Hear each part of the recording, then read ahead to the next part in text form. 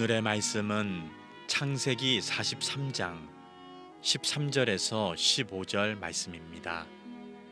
내 아우도 데리고 떠나 다시 그 사람에게로 가라. 전능하신 하나님께서 그 사람 앞에서 너희에게 은혜를 베푸사 그 사람으로 너희 다른 형제와 베냐민을 돌려보내게 하시기를 원하노라. 내가 자식을 잃게 되면 이르리로다. 그 형제들이 예물을 마련하고 갑절의 돈을 자기들의 손에 가지고 베냐민을 데리고 애굽에 내려가서 요셉 앞에 서니라. 아멘. 우리가 지난날 어려운 시절을 보냈습니다. 그때 국민들의 가슴에 희망과 뜨거움을 주었던 영웅들이 있지요. 제가 기억하는 분 가운데 한 분은 전 야구 선수 박찬호 선수입니다. IMF 시절 미국에서 경기하는 게 중계가 되면 TV 앞에서 열심히 응원을 했습니다. 그의 성적에 따라 울기도 하고 웃기도 하면서 함께 희망을 꿈꿨던 적이 있었습니다. 박찬호 선수는 그냥 스타가 아니죠. 박찬호 선수를 가리켜서 우리는 슈퍼스타라고 합니다. 그만큼 돈과 인기, 명예 모든 것을 다 거머쥔 선수입니다. 그런데 이 선수에게 언젠가부터 별명 하나가 붙어서 따라다니는데 그 별명이 투머치 토커라고 하는 별명이에요. 이 별명은 어떤 뜻이냐면 말이 너무 많은 사람이다, 그런 뜻입니다. 한번 말을 시작하면 얼마나 말을 많이 하는지, 그냥 좋아하는 팬이 사인 좀 해주세요 라고 부탁했는데 그 펜을 붙들고 어디에서 왔냐부터 시작해서 자신의 이야기를 한 30분 정도 할 정도로 여러 가지 일화가 많습니다. 오죽하면 농담으로 박찬호 선수에게 사인 받으려면 귀마개를 가지고 가라 이렇게 말할 정도로 그 얘기는 사람 하나하나를 진심으로 대한다는 거예요. 내가 스타고 그냥 나를 좋아하는 팬이 사인해달라고 하니까 그냥 해주는 게 아니라 사람 하나하나를 인간 대 인간으로 좋아하고 인격적으로 대할 줄 아는 그의 삶의 태도, 그래서 투머치 토커라고 하는 좋은 뜻의 별명을 그에게 붙여줬습니다. 어떻게 그에게 그런 별명이 붙었을까? 처음에는 이런 별명이 그에게 없었습니다. 오히려 처음 박찬호 선수가 유명해졌을 때는 본인의 뜻과는 다르게 사람들에게 좀 건방지다 이런 소리를 많이 들었답니다. 그런데 그런 별명을 갖게 된 계기가 있었는데, 그 텍사스에서 선수 생활을 할 때 그때 굉장히 어려운 고비를 만납니다. 부상을 당하고 그러다 보니 성적이 자꾸 하향 곡선을 거리면서 여론도 팬들도 점점 자기를 떠나가기 시작합니다. 이때 그 위기 속에서 그동안 내가 받은 사랑이 얼마나 과분한 것이고 사람 하나하나가 이렇게 소중한 것이구나 라는 것을 깊이 깨닫게 됩니다. 그리고 그때부터 팬 서비스가 달라지기 시작하는 거죠. 정말 자기에게 아직도 좋아하는 그 팬들, 대중들에게 진심을 다해서 최선을 다해서 그들을 대해줍니다. 그랬더니 사람들이 그에게 은퇴를 한 이후에도 정말 따뜻한 사람, 여전히 좋아하는 우리의 영웅으로 그 사람이 자리를 갖게 되더라는 거예요.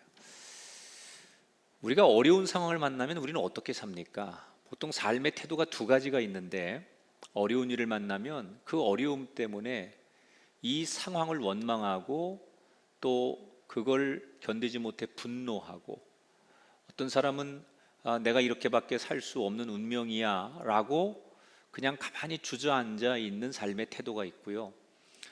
또 한 부류는 어려운 일을 만나면 내가 왜 이 어려운 일을 만났을까? 자기 자신을 돌아보는 거예요. 그리고 뭘 어떻게 다시 살아야 될까? 변화의 기회로 삼는 사람들. 여러분, 원망하고 한탄하고 운명이라고 생각하면서 가만히 버텨도 시간이 지나면 어려운 순간은 지나갑니다. 그런데 문제가 있습니다. 나중에 그 인생은 여전히 제자리에 머물러 있습니다. 그러나 힘들고 고통 속에서도 자기 자신을 돌아보고 어떻게 하면 내가 새로운 인생으로 다시 일어날까? 그래서 부족했던 점을 고치면서 변화하려고 하는 사람들은 그때는 힘들지만 시간이 지나고 나면 그때가 인생의 새로운 도약판이 됩니다. 그래서 우리가 어려울 때 해야 될 일이 있는데 그게 바로 오늘 설교 제목입니다. 여러분 한번 각자 따라 해 보시죠. 변화되면 복이 온다. 그렇습니다. 이 세상에서는 변화, 체인지 이렇게 말하지만 이걸 우리 교회에서 뭐라고 얘기하느냐? 회개한다 그래요. 우리는 어려움 속에서 이 힘든 상황에서 어떻게 변화돼야 할까? 오늘 창세기 42장 후반부 43장의 전반부 이야기를 나눌 건데요. 지난 시간에 요셉이 오랜만에 만난 형들을 자기의 신분을 속이면서 감옥에 가두는 이야기를 봤습니다. 사실 요셉은 형들에게 자기의 존재감을 드러내고 그들을 이미 용서하고 싶었지만 형들에게 변화의 기회를 주고 싶었어요. 22년 전에 벌어졌던 일, 그리고 그간의 삶을 통해서 그들이 깨닫고 진심으로 바꾸어지는 인생이 되기를 원해서 기회를 주려고 하는 의도가 있었어요. 그래서 감옥에 일부러 가둔 거예요. 과연 감옥에 갇힌 이 형들은 요셉이 의도하는 대로 변화의 인생을 붙들었을까? 오늘 그들의 이야기로 한번 들어가 보겠습니다.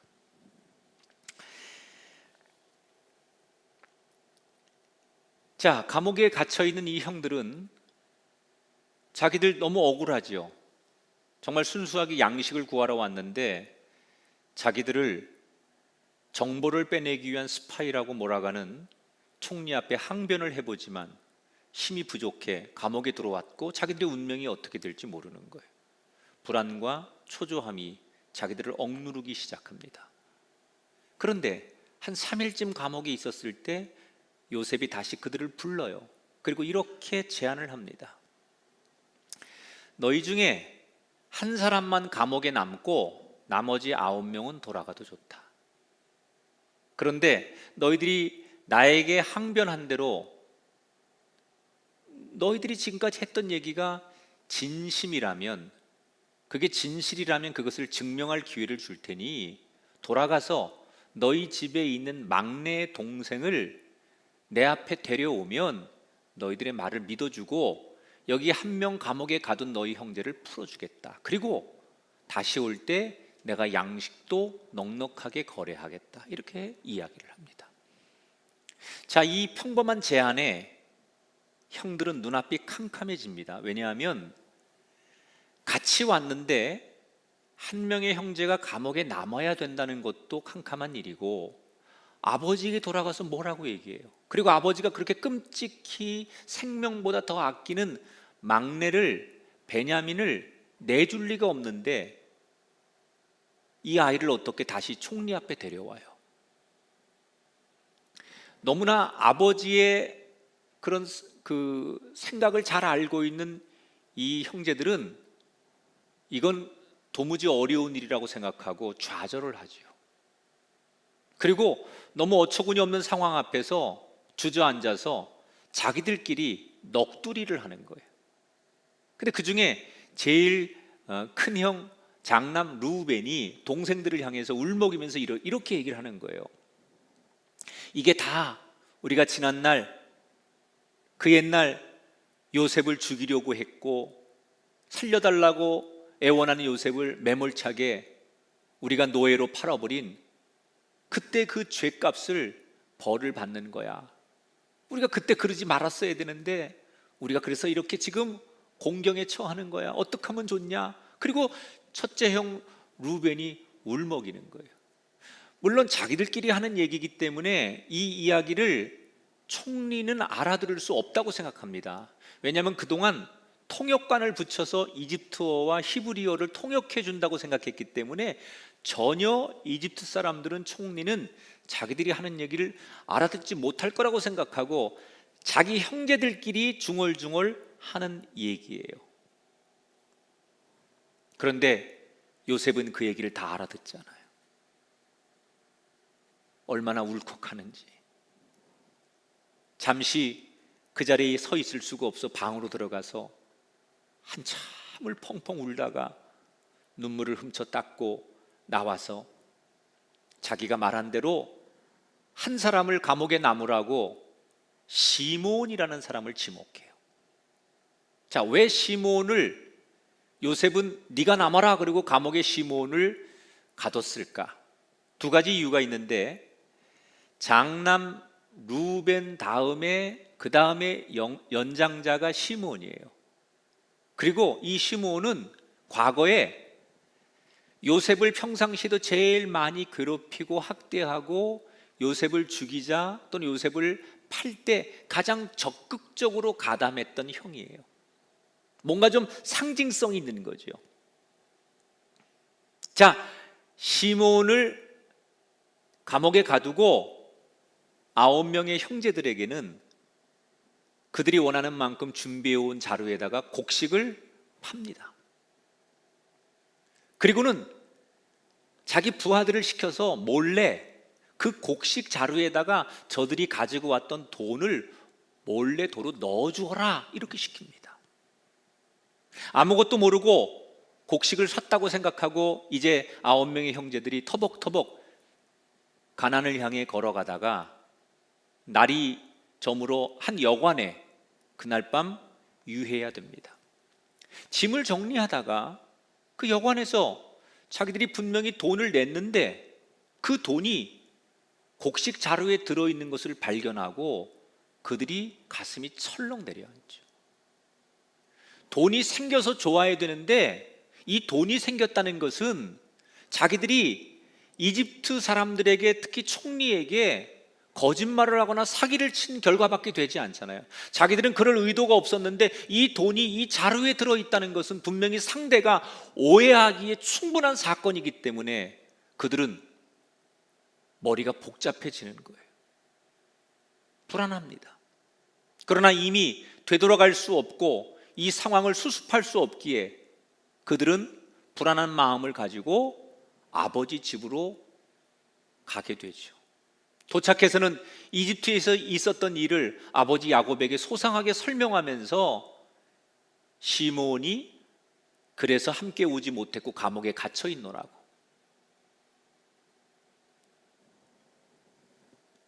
방법은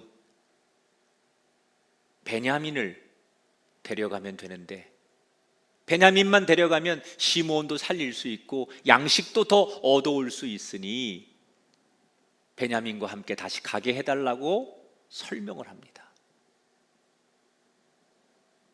야곱의 반응은 어땠을까요?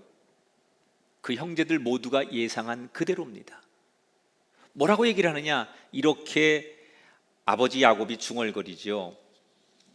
내가 요셉을 잃었다, 시므온도 잃었다, 어찌 베냐민까지 잃으라고 하느냐. 이 말에 요셉의 형들은 너무너무 서운함을 느낍니다. 여러분, 요셉을 잃은 건 죽은 줄 아니까 그렇게 표현해도 돼요. 그런데 시므온은 지금 죽은 게 아니에요. 이집트 감옥에 갇혀 있어요. 꺼내올 수 있어요. 그런데 아버지가 뭐라고 말해요? 시므온을 잃었다. 요셉을 잃은 것처럼 시몬도 잃었다라고 단정하고 포기를 하는 거예요. 적어도 요셉의 형들이 볼 때 아버지 야곱은 요셉 아니면 지금 데리고 있는 베냐민, 이 아들들만 자기 아들들이라고 생각하고 이 아들들만 늘 소중하고 나머지 아들들에 대해서는 아들이라고 생각하지 않는 문득문득 그런 아버지의 행동과 아버지의 말투 앞에 상처를 받았는데 다시 한번 시므온을 잃었다라고 단정하고 포기하는 아버지를 보면서 도대체 아버지 앞에 우리는 뭐냐, 이런 좌괴감에 그들대로 상처를 받는 거예요. 너무 화가 난 장남 루벤이 형제들을 대표해서 아버지와 단판을 짓죠. 아버지, 베냐민 데려가게 해주세요. 내가 책임질게요. 내가 한 말 내가 책임지는데 내 아들들 둘 목숨을 걸고 책임질게요. 이렇게 장담을 하지만 아버지는 절대로 안 된다. 내 눈에 흙이 들어가기 전에는 절대로 베냐민을 내줄 수 없다. 그리고 버티는 거예요. 자, 큰일 났습니다. 총리와 약속한 대로 베냐민을 데려가야 되는데 아버지가 워낙 강하게 반대를 하고 조금도 물러서지 않으니까 아들들과 아버지 사이에 팽팽한 긴장감 속에 시간만 흘러가는 거예요. 이집트에서 양식을 구해서 오긴 했지만 계속되는 흉년 속에서 그 양식이 곧 바닥이 나고 맙니다. 야곱도 더 이상 견딜 수 없으니 아들들에게 양식이 다 떨어져 가니 다시 이집트로 가서 양식을 좀 더 구해 와야 되겠다고 아들들에게 말할 때 아들들은 아버지가 막내 베냐민을 내주지 않는 한 절대로 갈 수 없습니다. 아버지와 아들들 사이에 옥신각신, 때로는 고성이 오가면서 그들은 그렇게 갈등을 합니다. 그러다가 전혀 물러서지 않을 것 같았던 아버지 야곱이 아주 놀라운 결정을 하게 됩니다. 13절, 14절을 보겠습니다. 아버지가 이렇게 자기 아들들에게 말하는 거예요. 내 아우도 데리고 떠나 다시 그 사람에게로 가라. 내가 자식을 잃게 되면 이르리로다. 야곱이 고집을 꺾은 거예요. 자기 목숨보다 소중했던 그 베냐민을 드디어 내려놓는 거예요. 그리고 뭐라고 얘기를 해? 마지막에 이 모든 것을 하나님께 맡기겠다는 거예요. 내 목숨을 내어줄지언정 이 베냐민은 절대로 내어줄 수 없다고, 너무너무 내 목숨보다 소중한 게 이 막내 베냐민의 목숨이라고 그렇게 고집을 부렸던 이 아버지 야곱이 드디어 이 모든 것을 하나님 앞에 맡기기로 한다라고 선언을 해요. 도대체 그렇게 완강하고 절대로 그럴 수 없다고 했던 야곱이 왜 어느 날 마음을 바꾼 걸까? 그 결정적인 계기는 넷째 아들 유다의 말 한마디 때문이었어요. 자, 유다라는 넷째 아들이 아버지께 갈등이 한참 심할 때 어떤 얘기를 하느냐? 8절 9절에 보니까 유다가 그의 아버지에게 이르되 내가 그를 위하여 담보가 되어오리니 아버지께서 내 손에서 그를 찾으소서. 내가 만일 그를 아버지 앞에 두지 아니하면 내가 영원히 죄를 지리이다. 유다가 뭐라고 말해요? 아버지, 내 생명을 걸게요. 아버지 걱정하시는 일처럼 저 베냐민을 절대로 잃지 않고 데려올 건데 내 생명을 걸 테니까, 내가 책임질 테니까 저를 믿어주세요. 그리고 자기 목숨을 걸어요. 여러분, 첫째 아들 루벤이 아버지에게 협상할 땐 뭐라고 해요? 자기 목숨을 걸지 않고 자기 아들들, 그러니까 야곱에게는 손자들 아닙니까? 손자들의 목숨을 걸어요. 그런데 유다는 다른 사람 아니에요. 내 목숨을 거는 거예요. 내가 희생하겠다는 거예요. 여러 가지 의미가 있는데 이 유다가 자기를 전적으로 희생하는 거예요. 다른 사람들은 자기 목숨 걸지 않아요. 그런데 유다만은 내가 모든 걸 책임지겠습니다. 만약에 문제가 있으면 내가 모든 걸 짊어지겠습니다. 라고 간절하게 말하는 그 유다의 말이 아버지 야곱의 마음을 울린 거예요. 왜? 여러분, 같은 말을 해도 진심으로 느껴지는 말이 있잖아요. 유다가 하는 얘기가 아버지에게 진심으로 다가오는 거예요. 왜 유다가 한 말이 아버지에게 진심으로 울컥하게 다가왔을까요? 아버지가 알고 있는 아들들은 어떤 아들들이냐? 비록 내 아들들이지만 이 아들들은 지금까지 자기 욕심, 자기 이익을 위해 살아오던 사람들이었어요. 22년 전에 동생 요셉을 사실 죽이려고 하고 판 것도 동생 하나 없어지면 아버지의 유산이 내 몫으로 좀 더 많이 떨어질 것이라고 하는 공통의 생각을 가지고 그런 일을 했던 이기적인 형제들이에요.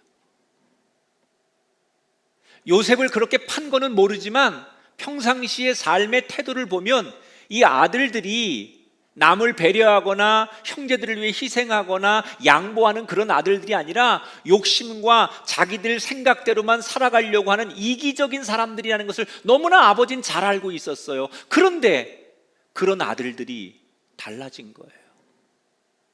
특별히 눈물을 보이며 진심으로 아버지에게 제가 꼭 그렇게 하겠습니다 라고 달라진 유다와 아들들을 본 거예요. 원래는 이기적이고 인간적이고 욕심적이었던 이 아들들이 왜 이렇게 달라진 겁니까? 야곱은 지금 이집트에서 이들이 무슨 일이 있었는지 그들의 심리 상태까지 모르지만 사실 그들은 이집트에서 감옥에 들어가서 며칠을 지내면서 그때 두려움과 절망 속에서 그들은 깊이 회개를 할 시간이 있었어요. 그리고 그때 그 감옥에서 그들이 잘못을 깨닫고 잘못을 후회하면서 달라지기 시작했어요. 어떤 것이 달라진 거예요? 나밖에 모르고 내 욕심, 내 생각대로 살던 이기적인 사람에서 남을 위해 나를 내려놓고 남을 위해 희생하는 그런 사람으로 완전히 감옥에서의 회개가 그들의 인생관을 바꿔놓은 거예요. 여러분, 별거 아닌 것 같지만 그들에게 이 회개의 변화의 사건이 일어나자 하나님께서 그때부터 그곳에 역사를 하기 시작합니다. 유다가 한 말에 아버지 야곱이 감동을 받게 하시고 결국 그 자기의 생각과 고집을 꺾도록 하나님께서 야곱의 마음을 어루만지시는 거예요. 그리고 그때부터 야곱의 가정에 축복의 길이 열려요. 만약에 이 형들이 감옥에 있을 때 서로 자기들끼리 네가 그때 그러자고 해서 그런 거야 라고 서로 원망하고 그리고 이렇게 여기 온 것에 대해서 후회하고 분노만 했다면 어떻게 되었을까요? 그들은 절대로 변화되지 않았을 거예요. 그 변화가 없었다면 지금 아버지 앞에서나 다른 형제들 앞에서 나를 내어주는 희생 이런 것을 자청하지 않는 사람들이에요. 아마도 옛날에 그들이라면 아버지가 고집을 부린다면 그 아버지의 말을 거슬려서라도 강제로 베냐민을 납치하든지 뺏어서라도 그 베냐민을 자기들이 데리고 가는 스타일이 아들들이에요. 그런데 그렇게 하지 않아요. 변화된 거예요. 그런데 그 변화가 하나님 보실 때 너무 귀한 거예요. 그리고 그때부터 그 변화 앞에서 그들의 인생에 새로운 길을 허락해 주시는 거예요. 오늘 이 귀한 예배에 참석하는 사랑하는 성도 여러분, 우리는 지금 바이러스가 만든 창살 없는 감옥에서 많은 분들이 하루하루 불평하고 원망하고 세상을 향해서 누군가를 향해서 분노하고 있어요. 물론 사람은 힘들면 원망도 할 수 있고 화가 나면 분노도 할 수 있는 거예요. 그러나 여러분, 그런 사람들에게 한 가지 분명한 게 있습니다. 불평하고 원망하고 분노할 수 있다고 하지만 그런다고 해서 그 사람의 문제가 해결되지 않습니다. 불평하고 원망한다고 해서 달라지지 않습니다. 오히려 그렇게 사는 사람의 끝은 멸망이고 비극입니다. 우리가 해야 될 일이 있다면 뭘까요? 요셉의 형제들처럼 변화하는 거예요. 하나님이 아닌 이 세상 현실만 바라보던 인생에서 나만 생각하던 이기적인 삶에서 돌이키는 거예요. 이렇게 살면 안 된다. 내가 언제까지 이렇게 살아서는 안 된다. 그리고 자기를 돌아보면서 변하려고 몸부림치려고 할 때 하나님께서 우리의 가정과 우리의 자녀와 나의 인생을 새로운 길로, 거룩한 길로 인도해 주실 줄 믿습니다. 이 변화가 있어야만 하나님은 움직이기 시작해요. 하나님은 우리에게 이 변화를 기다리고 계시는 거예요.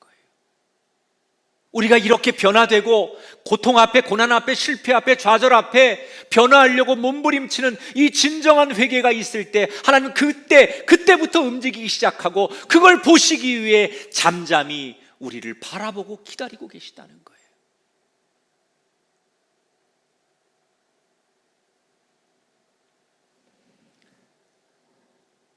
자기 목숨과도 같았던 귀한 아들을 내놓는 야곱의 큰 결단으로 아들들이 다시 이집트로 출발을 하게 됩니다. 야곱은 철저한 사람이죠. 베냐민도 지켜야 되겠고 감옥에 갇혀있는 시므온도 데려와야 되겠고, 그래서 아들들에게 몇 가지 일을 시킵니다. 우선 돈을 2배로, 첫 번째 이집트를 갔을 때보다도 2배로 많이 가져가라, 이렇게 얘기해요. 그건 첫 번째 곡식을 돈을 안 주고 가져온 거라고 생각하고 혹시 가서 첫 번째 곡식값도 지불하고 다시 새로운 곡식을 가져와야 되니까 예전보다 2배의 돈을 가져가라고 돈을 주는 거예요.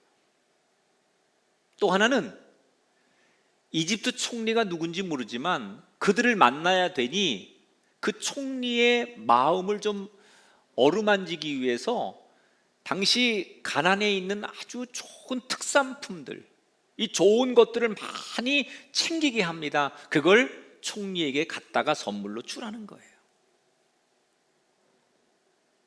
아버지로서 아들들을 지키기 위해서, 이 문제를 해결하기 위해서 야곱이 할 수 있는 인간적인 방법에 최선을 다하는 거죠. 그런데 자기가 할 수 있는 최선을 다한 다음에 그가 마지막으로 치르는 의식 하나가 있어요. 이제 떠날 준비를 다 했습니다. 돈도 챙기고 그리고 곡식도 챙기고 또 선물도 다 챙겨서 만반의 준비를 갖추고 떠나면 됩니다. 그런데 떠나기 직전에 다 모여있는 아들들에게 아버지로서 거룩한 의식 하나를 하지요. 그게 뭐냐? 아들들을 축복하는 기도를 하는 거예요. 자, 어떤 기도를 하는지 볼까요? 14절에 보니까 전능하신 하나님께서 그 사람 앞에서 너희에게 은혜를 베푸사 너희 다른 형제와 베냐민을 돌려보내게 하시기를 원하노라. 자기의 자녀들을 하나님께 의탁하는 기도를 드리는 거예요. 여러분, 성경에 등장하는 많은 기도 가운데 제가 손가락 안에 꼽는 위대한 기도가 지금 이 장면의 기도예요. 자녀들을 하나님 앞에 의탁하는 기도, 그리고 지금 미래를 알 수 없는 두려움과 염려와 어려움 속에서 그 어려움들을 정면으로 돌파하는 비결이 있는 기도, 하나님께 모든 걸 맡길 때 그 위기를 정면으로 돌파하려고 하는 그의 영적인 의지를 보는 거예요. 그런데 사실 이 야곱의 위대한 기도는 하고 싶다고 해서 되는 게 아니에요. 이게 어떤 사람에게 이런 기도가 나오느냐? 자기를 먼저 내려놓는 경험을 하는 사람이 이런 기도를 드릴 수 있어요. 지금 야곱은 막내 베냐민, 자기가 부인이 4명이었는데 그 중에 라헬이라고 하는 부인을 통해서 2 아들을 얻잖아요. 그게 요셉하고 여러분 베냐민 아닙니까? 그런데 요셉은 죽었다고 생각하고 하나 남은 이 베냐민은 내 목숨보다 소중한 거예요. 내 목숨을 내놓을지언정 이 아들은 못 내놓는 거예요. 그래서 어떤 것에도 이 아들을 내려놓지 못했어요. 그런데 마지막에 뭘 해요? 너무 중요하고 절대로 안 될 것 같았던, 손에 움켜진 마지막이라고 생각하는 이 아들을 포기하고 내려놓습니다. 물론 그 포기라고 하는 것이 그냥 포기하는 게 아니에요. 하나님을 신뢰하니까 하는 거예요. 그러나 모든 걸 내려놓습니다. 그랬더니 그때부터 하나님을 온전히 신뢰하게 되는 거예요. 여러분 보십시오. 처음부터 하나님을 신뢰해서가 아닙니다. 내가 내 욕심을 내려놓고 내가 가지고 있는 것을 내려놓았을 때 하나님을 신뢰하게 되는 거예요. 그런 사람만이 드릴 수 있는 기도, 이게 자녀를 하나님 앞에 맡기는 기도를 드릴 수 있는 야곱의 위대한 기도예요. 때때로 하나님께서 우리들의 신앙과 영적인 삶이 이렇게 한 단계 성장하게 하실 때가 있어요. 그때가 언제냐면 내가 너무너무 소중하게 생각하는 이것만큼은 내가 절대로 내려놓을 수 없는 게 있잖아요. 우리가 내 평생 목숨과도 내 청춘과 젊음과 모든 걸 다해서 일구어 놓은 이것만큼은 뺏기고 싶지 않고 내려놓고 싶지 않은 게 각자 있어요. 어떤 사람에겐 그게 돈일 수 있고 명예일 수 있고 자기의 자리일 수 있고 모든 게 있거든요. 근데 하나님께서 어느 날 그것까지도 내려놓기를 원하실 때, 그걸 내려놓아야 할 때, 그때 비로소 그 사람에게 위대한 기도가 시작되는 거예요. 사탄은 절대로 우리들에게 그거 못 내려놓게 합니다. 사탄은 뭐라고 하는 줄 알아요? 네가 가지고 있는 그 소중한 거 왜 포기해? 내려놓을 수 없어. 그거 붙들고 있으면서 하나님도 믿을 수 있어. 그거 가지고 있으면서 하나님도 따라갈 수 있어. 이렇게 유혹해요. 그래서 사탄의 말을 들으면 내게 소중한 이거 절대로 못 내려놔요. 이거 붙들고 있으면서 하나님도 따라가려고 해요. 그러니 진정으로 하나님을 의지할 수 없는 거예요. 여러분 보세요. 내가 쥐고 있는 이 가치, 너무 소중한 것, 이걸 내려놔야 하나님을 붙잡을 거 아니에요. 순서가 있잖아요. 그런데 사탄은 그 소중한 거, 절대 내려놓을 수 없는 거, 내 목숨과도 바꿀 수 없는 그걸 못 내려놓게 해요. 그리고 그거 붙들고도 하나님을 의지하고 하나님을 따라갈 수 있다고 말해요. 우리는 평생 그 사탄의 속삭임에 그렇게 살면 되는 줄 알고 그렇게 살아왔기 때문에 우리의 인생이 잘못됐던 거예요. 내려놓을 때 하나님이 비로소 책임져 주실 줄 믿습니다. 자, 이렇게 아버지의 축복의 기도를 받은 형제들은 일주일 정도를 걸어서 이집트에 도착을 합니다. 이제 그들의 운명은 어떻게 될까요? 16절에 보니까 요셉이 베냐민이 그들과 함께 있음을 보고 자기의 청지기에게 이르되 이 사람들을 집으로 인도해드리고 짐승을 잡아 준비하라. 이 사람들이 정오에 나와 함께 먹을 것이니라. 자, 이제나 저제나 형제들이 다시 오기를 기다렸던 요셉이 드디어 형제들이 왔다는 소리를 듣습니다. 근데 그 명단에 자기 손을 부들부들 떨게 하는 이름이 들어있는 거예요. 자기의 혈육, 같은 엄마 뱃속에 태어난 막내 동생 베냐민이 같이 왔다는 거예요.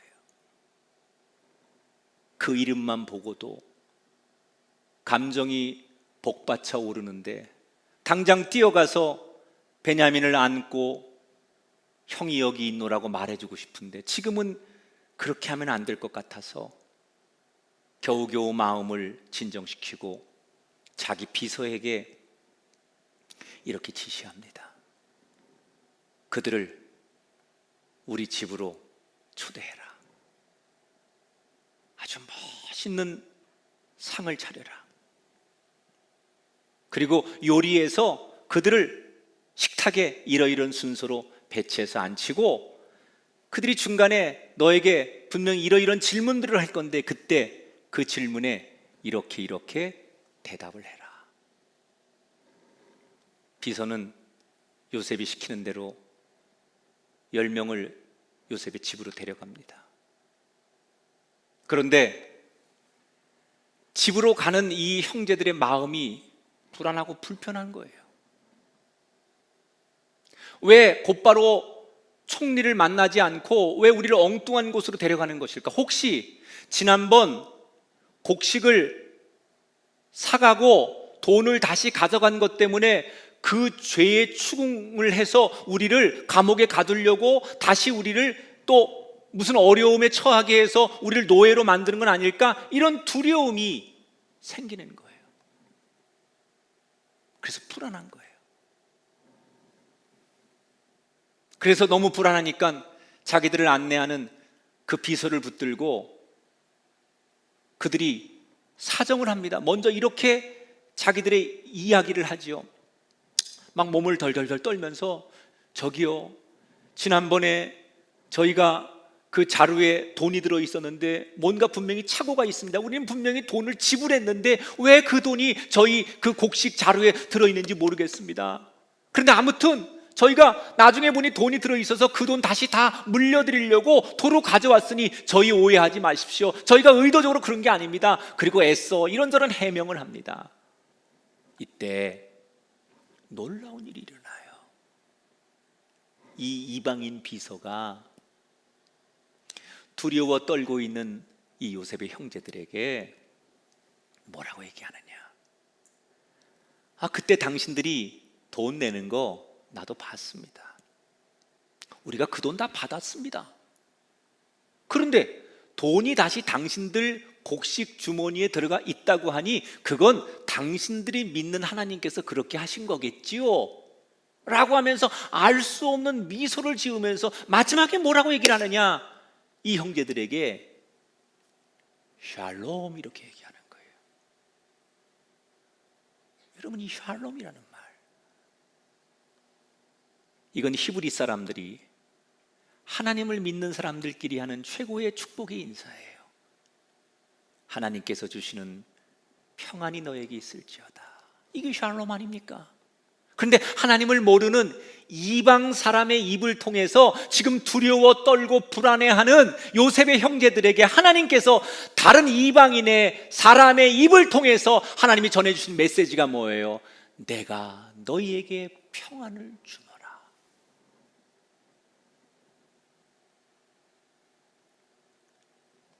여러분, 하나님은 우리가 어디에서 어떤 환경에서 누구와 어떻게 있든 간에 우리에게 늘 샬롬을 주시는 분이에요. 누구와 어디에 있느냐에 따라서 우리의 자리와 환경과 형편에 따라서 샬롬이 있기도 하고 없기도 한 게 아니에요. 그곳이 어디일지라도 그 상대가 누구일지라도 하나님이 함께하는 사람에겐 이방인의 입을 통해서라도 내가 너희에게 평안을 주노라. 너무 놀라운 메시지를 받는 거예요. 그런 이야기를 주고받으며 드디어 요셉의 집 마당에 도착을 했어요. 서성이고 있는데 저쪽에서 누가 막 뛰어오는 거예요. 자세히 보니 감옥에 홀로 남겨졌던 시몬이 형제들의 이름을 부르며 특별히 막내 동생 베냐민을 끌어안고 부둥켜 안고 엉엉 울면서 서로의 안부를 묻는 거예요. 자연스럽게 형제들이 화해하고 친한 형제들의 사랑을 그 가운데서 나누는 거지요. 그러는 사이 그들은 이제 연회장으로 안내되어 들어갑니다. 거기에는 총리가 그들을 기다리고 있는데 그들의 운명은 어떻게 될까요? 34절에 보니까 이렇게 한 줄을 소개하지요. 그들이 마시며 요셉과 함께 즐거워하였더라. 여러분, 아버지 야곱이 떠나기 전 그들의 안부를 걱정하며 하나님 앞에 의탁하는 그런 기도를 드린 대로 이 10명의 아들들이 다 무사하고 상대로부터 성대한 대접을 받았어요. 지금까지 전해준 이 모든 이야기 속에 중요한 핵심이 하나 있어요. 이런 아름다운 결실이 있기까지 희생이 있었다는 거예요. 유다가 다른 형제들이 하지 못하는 말을 하면서 아버지 내 목숨을 걸고 맹세할게요, 내 목숨을 담보로 내놓을게요 라고 하는 자기의 희생으로부터 이 얽히고 설킨 문제를 해결했고요, 야곱이 절대로 내려놓을 수 없는 베냐민을 내려놓았을 뿐인데 그때부터 하나님께서 더 놀랍도록 큰 은혜를 그들의 가정과 삶에 허락해 주시는 것으로 오늘 이야기가 끝이 나요. 제가 오늘 이 설교를 몇 번이고 묵상을 하면서 제 머릿속에 계속 이런 생각 하나가 스쳐가는 거예요. 물론 결과가 좋게 나오지만 중간쯤에서 이 형제들이 총리 앞에 베냐민을 데려가야만 시므온도 구해오고 양식도 더 구해올 수 있는 이런 과제를 맡았을 때 우리가 알고 있는 이 요셉의 형제들은 어떤 스타일이냐? 문제를 해결하기 위해서는 거짓말이나 사기나 또는 자기들의 목적을 이루기 위해서는 모든 방법을 다 동원하는 사람, 목적 지향적인 사람들이에요. 그랬다면 이들은 능히 이렇게 하는 게 상식이에요. 예를 들어서 한 사람을 구하는 거예요. 베냐민과 비슷한 체격에 비슷한 나이에 비슷하게 생긴 외모를 하나 구해가지고 요즘으로 말하면 그 역할 대행 아르바이트라는 거 있잖아요. 그런 사람 하나를 구해가지고 베냐민인 것처럼 속여서 데리고 가는 거예요. 그럼 이집트 총리가 아무리 똑똑한들 이게 진짜인지 아닌지 어떻게 구별합니까? 알 길이 없죠. 그렇게 속이고 자기들이 목적한 것을 가지고 오면 될 수 있잖아요. 능히 그러는 사람들이었어요. 그런데 그 방법을 알았을 텐데 끝까지 아버지한테 진짜 베냐민을 데려가야 된다고 시간을 허비해요. 쉬운 방법 놔두고 왜 그렇게 어려운 방법을 선택한 걸까? 22년 전에 요셉을 상인들에게 팔아버리고 아버지를 속이는 일을 아무렇지도 않게 서슴지 않게 했던 그들이라면 이집트의 총리를 속이는 것 정도는 식은죽 먹기였을 텐데 왜 그들은 할 수 있음에도 그런 일을 안 한 걸까? 바로 이 장면이 이 형들이 보여준 두 번째 변화예요. 그게 뭐냐면 22년 전에는 아버지의 눈을 속이는 건 성공했어요. 그런데 22년이 지나서 우연치 않게 누명을 쓰고 감옥에 들어가서 울부짖고 후회하고 자신들의 삶을 회개하고 변화하면서 그들이 하나를 깨닫는 거예요. 아하, 우리가 아버지는 속일 수 있지만 하나님의 눈은 속일 수 없구나. 사람의 눈은 속일 수 있지만 살아계신 하나님의 눈을 속일 수 없구나. 그래서 지금 이 상황에서 총리를 속이기 위해서 총리의 눈은 속일 수 있을지 몰라도 하나님이 보고 계신데 하나님을 속일 수 없으니까 아무나 데려갈 수 없다고 결론에 이르는 거예요. 그래서 그들은 정직하려고 애쓰는 거예요. 사람이 아닌 하나님을 의식하려고 하는 그때부터 하나님은 그들의 변화를 기뻐하셨어요. 그 변화를 보고 계셨어요. 기다렸다는 듯이 그 변화가 시작되는 그들의 삶에 큰 선물로 그들을 축복하기 시작했어요. 너무나 사랑하는 우리 성도 여러분, 우리는 지금 먹고 살기 어려운 이 시대를 살면서 이런 시대일수록 사람들은 남을 속여서라도 내 주머니를 채우려고 해요. 지금처럼 모든 것이 어려운 때일수록 사람들은 편법으로 쉽게 살아가는 법, 내가 잘 사는 법을 생각해서 그런 사람들이 더 판을 칩니다. 여러분, 쉽게 편법으로 내 주머니를 채우면 그게 축복입니까? 아닙니다. 하나님을 속이고 세상의 방법으로 얻은 소득은 당장은 부유해지고 편안할 것 같지만 결국 나와 내 가정과 자손을 망가뜨리게 됩니다. 내가 애쓰고 노력해서 채우는 창고보다는 하나님께서 차곡차곡 채워주시는 창고가 될 때 그 인생이 복될 줄 믿습니다. 하나님 앞에 정직하셔야 돼요. 그래야 우리가 진짜 풍성한 복을 누릴 수 있어요. 말씀을 정리합니다. 어려울수록 이렇게 살면 안 되지. 자신을 돌아보고 고치고 변화하려고 몸부림치는 사람에게 그 고난이 변하여 축복이 되고 환난이 변하여 기쁨이 될 줄 믿습니다. 움켜쥐고 나밖에 모르고 나만 잘 되면 된다고 생각하는 그런 삶의 모습을 버리고 배려하는 변화를 선택하십시오. 사람의 눈은 얼마든지 가릴 수 있지만 하나님의 눈은 절대로 가릴 수 없으니 하나님을 의식하며 정직하려고 몸부림치십시오. 손해볼 것 같은데 절대로 손해보지 않습니다. 나는 지금 너무 힘들게 살아가는 우리 성도들에게 하나님이 기회를 주신다고 생각해요. 이번 한 주간 말로 형용할 수 없는 그 하나님을 만나셔서 그 하나님으로 인하여 얻어지는 축복이 얼마나 큰 건지 찬양하고 노래할 수 있는 거룩한 삶이 시작되기를 주님의 이름으로 축원합니다.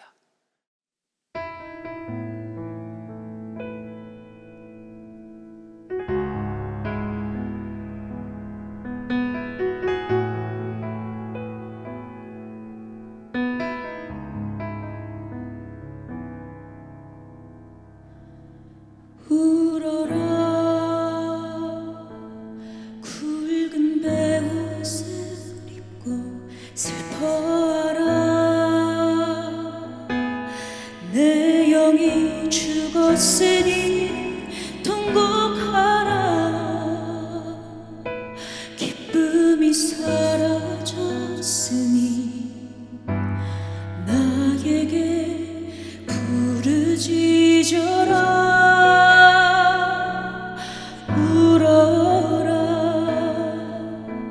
너의 마음을 찢어라 슬퍼하라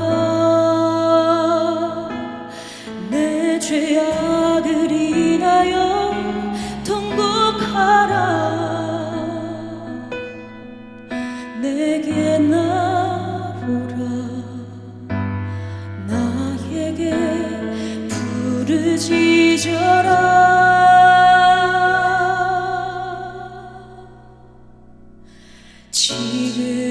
지금이라도 돌아오라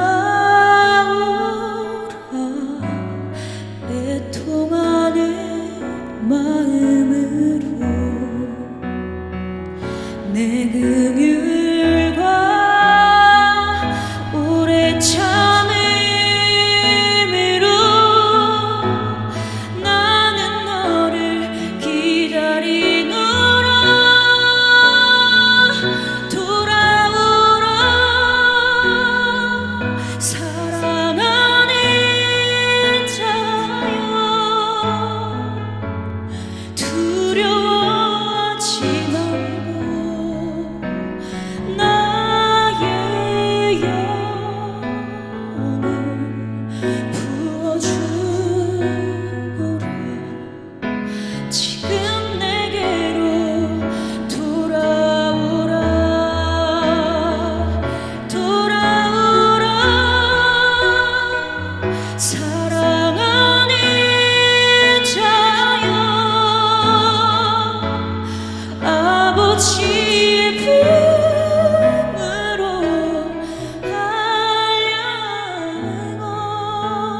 한량없는 주의 은혜로 지금 그리로 돌아오라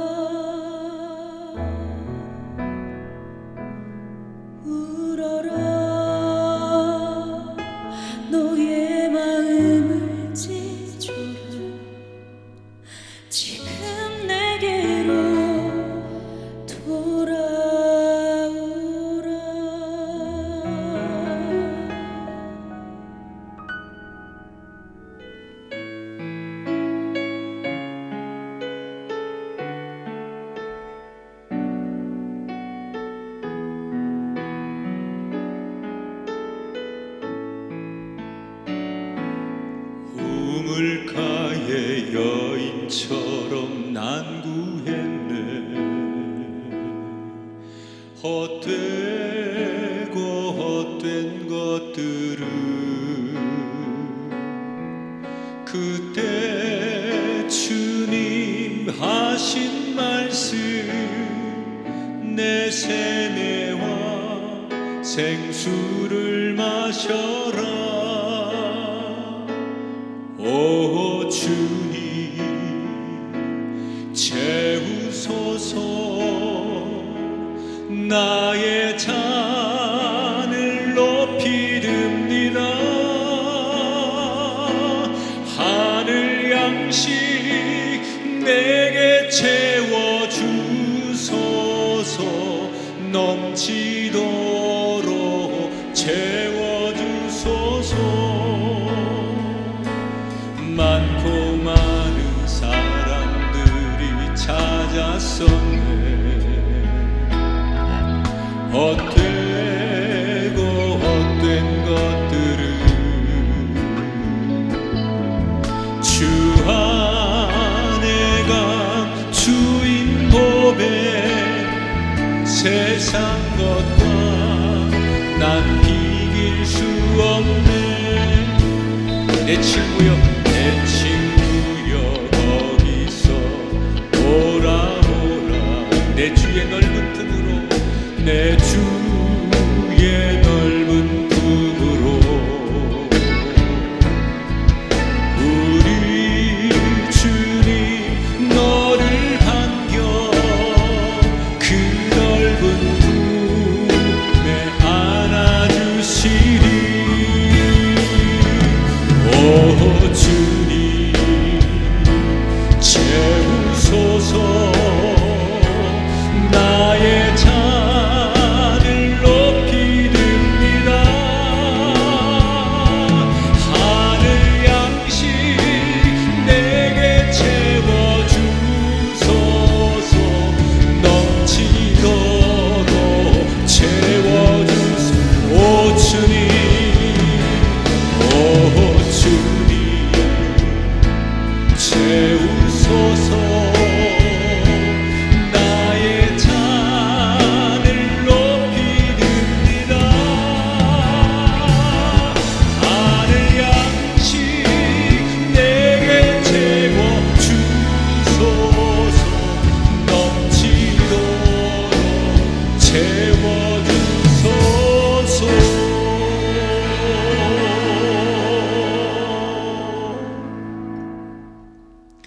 두 손 가슴에 얹고 기도합니다.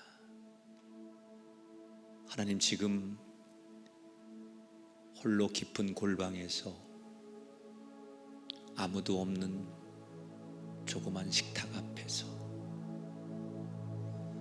힘없이 이 예배를 드리며 울고 있는 당신의 자녀들에게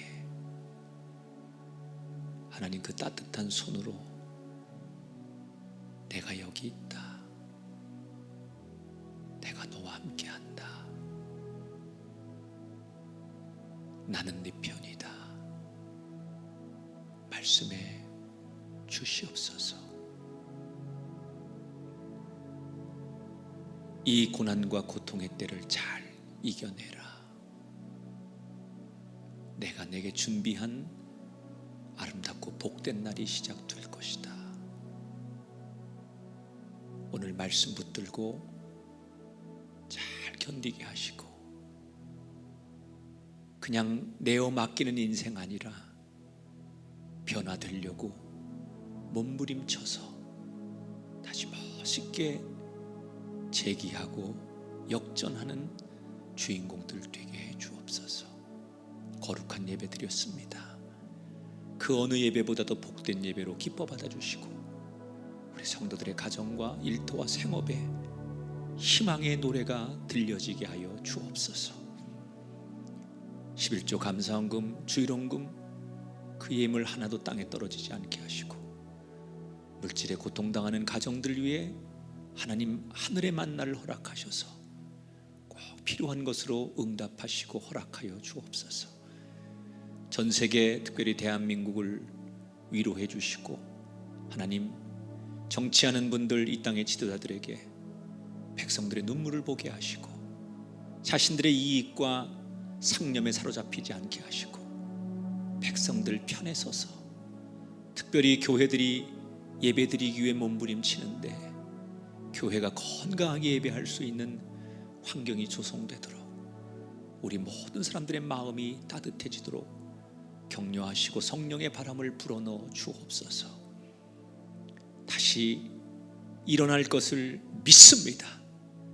하나님이 우리와 함께 하신 것을 믿습니다. 믿음으로 선포하고 나가는 저들 속에 함께 해주시길 원하며 이제는 성부와 성자와 성령 하나님께서 존귀하신 이름과 능력으로 영원토록 함께 하기를 축원하옵나이다.